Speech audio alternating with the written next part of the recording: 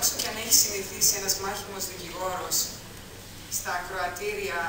να διατυπώνει λόγο μηχανικό, να αναλύει μια υπόθεση,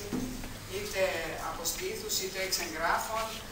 να απευθύνεται σε ανθρώπους που σέβεται, σε ανθρώπους που αμφισβητεί, μιλάμε για τις αγγελικές και την καθήλυνη δικαιοσύνη. Τόσο δύσκολο είναι να μιλά σε ανθρώπους που έχουν κάνει την τιμή να έχουν έρθει να τον ακούσουν και οι άνθρωποι αυτοί είναι και σκεπτόμενοι και ευαίσθητοι και σημαντικοί στη ζωή του.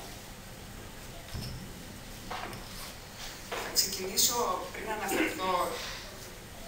λέγοντάς σας ότι μαζί με μένα θέλω να βάλετε ένα σταυρό και στον Γρηγόρη τον Ζαφυρόπουλο.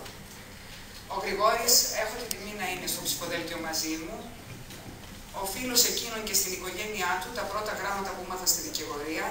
είχα την τύχη και την τιμή να είμαι συνεργάτης του αείμνηστου Νόντα Ζαφυρόπουλου, ενός από τους ανθρώπους